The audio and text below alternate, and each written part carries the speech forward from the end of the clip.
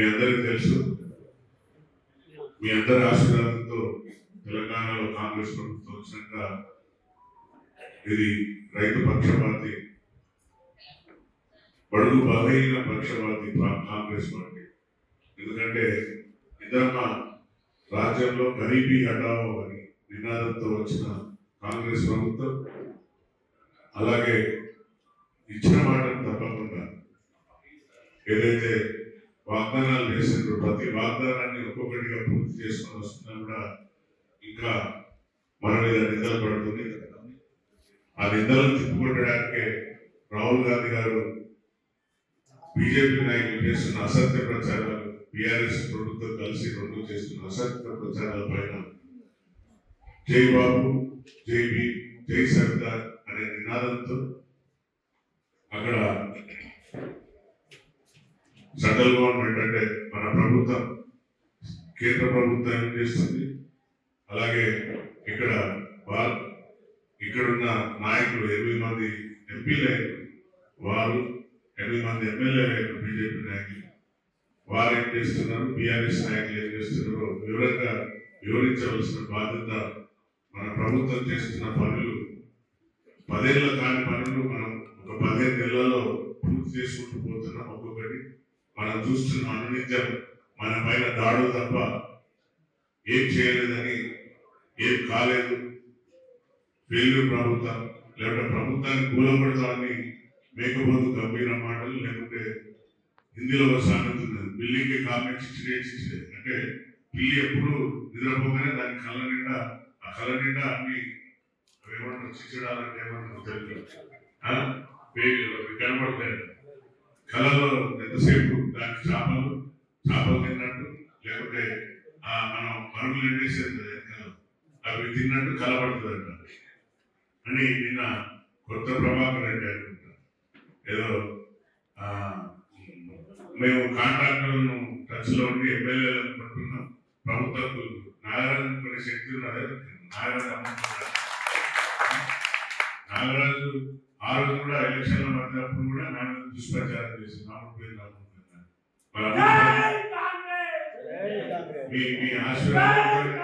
మీ ఆశీర్వాదంతో తెలిసింది.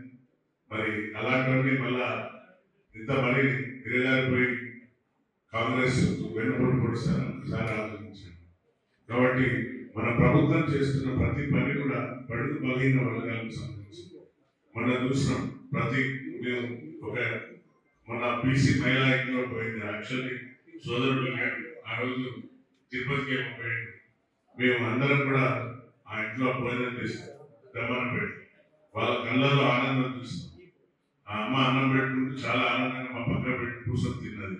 యాక్చువల్లీ ఆమె అన్ని చెప్తుంది, అన్న నేను బస్సులో ప్రయాణం చేసిన, ఉచిత బస్సు ప్రయాణం ఏదైతే ఇచ్చిందో బస్సు ప్రయాణం చేసిన, అలాగే నాకు రుణమాఫీ అయింది, రైతు భరోసా పడ్డది, 200 ఉచిత కరెంట్ వస్తుంది, సన్నబియ్యం తెచ్చుకున్నా, అన్ని విధాలు చెప్తుంది. గ్యాస్ వచ్చింది, నాకు 500 గ్యాస్ కూడా పడుతుంది నాకు.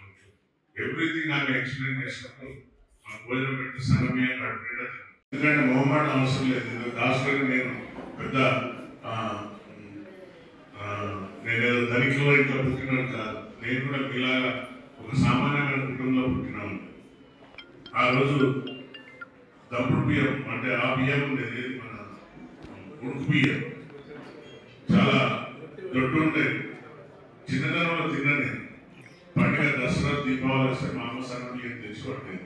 అప్పుడు చాలా ఆనందం అనిపించేది, కడుపు ఆనందం తినేది. ఆ రోజు ఈ రోజు ఆనందం చూస్తున్నాను నేను కళ్ళలో.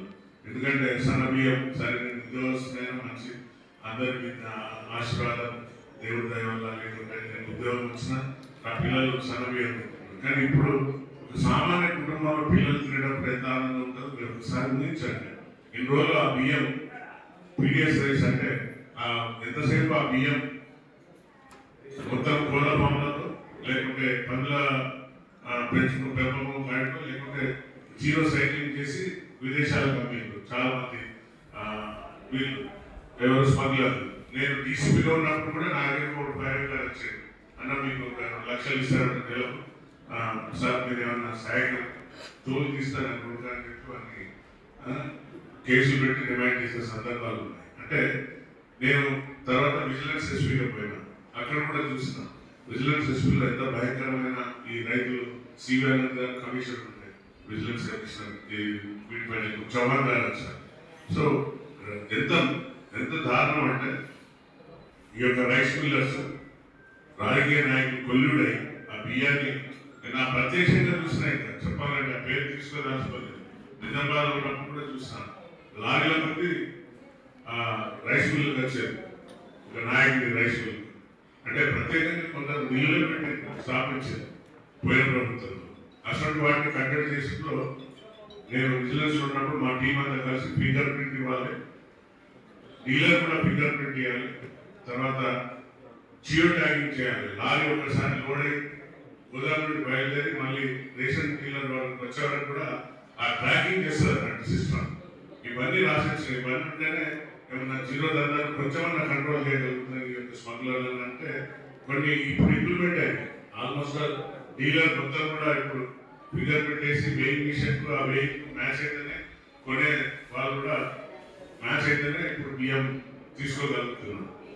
ఇప్పుడు ఒకప్పుడు నేను చూస్తున్నా బందోబస్తు చేసి పోలీసులు ఉన్నప్పుడు మన వీటి కోసం ఏది మన మందుల కోసం స్ప్రేయర్, మన రైతులు కొట్టే యూరియా బస్తాల కోసం లేక చెప్పులు పెట్టే, ఇప్పుడు రైస్ బియ్యం కోసం చెప్పులు పెడుతున్నారు. అంటే చూడండి ఎంత మార్పు వచ్చింది. ఇదే కదా మనం కోరుకోవాల్సిన మార్పు. ప్రభుత్వం చేసిన మార్పు అదే, ప్రజలు కోరుకున్న మార్పు అదే. ఏదైతే మార్పు అంటున్నామో అదే మార్పు. పేదవారి కడుపు నిండా భోజనం కావాలో వాళ్ళ కళ్ళలో ఆనందం చూడాలి. అందుకనే ఈరోజు సన్న రకాలను ప్రభుత్వం ఎంకరేజ్ చేస్తుంది. సోదరుడు ₹1,00,000 మన బోనస్ వచ్చినాయని చెప్తున్నాడు, సంతోషం. 500 బోనస్ ఏదైతే మాటించినామో బోనస్ ప్రకారంగా ప్రతి రైతు పడ్డే, ఎవరైనా రైతులు పడకుండా కూడా నా దగ్గరికి వస్తే దాన్ని నేను పోయి మన గౌరవ తుమ్మల మినిస్టర్ వ్యవసాయ మినిస్టర్ గారితో మాట్లాడి కూడా వచ్చే సందర్భం ఏర్పాటు చేస్తాను. మరిన్ని వీడియోస్ కోసం ఛానల్ ని సబ్స్క్రైబ్ చేయండి. లేటెస్ట్ అప్డేట్స్ కోసం వాట్సాప్ ఛానల్ ని ఫాలో అవ్వండి. ఆ లింక్ డిస్క్రిప్షన్ లో ఉంది.